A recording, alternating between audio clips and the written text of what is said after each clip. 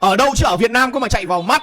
Thanh niên này đặt xe ôm và sau đó xe ôm đã tới nơi thì đang định ngồi lên xe ôm để tẩu thoát thì cơ quan chức năng đến bớ khẩn cấp luôn. Đây, nói thật chứ các bạn ạ, ở đâu chứ ở Việt Nam có mà chạy vào mắt. Đây các bạn có thể xem nhá.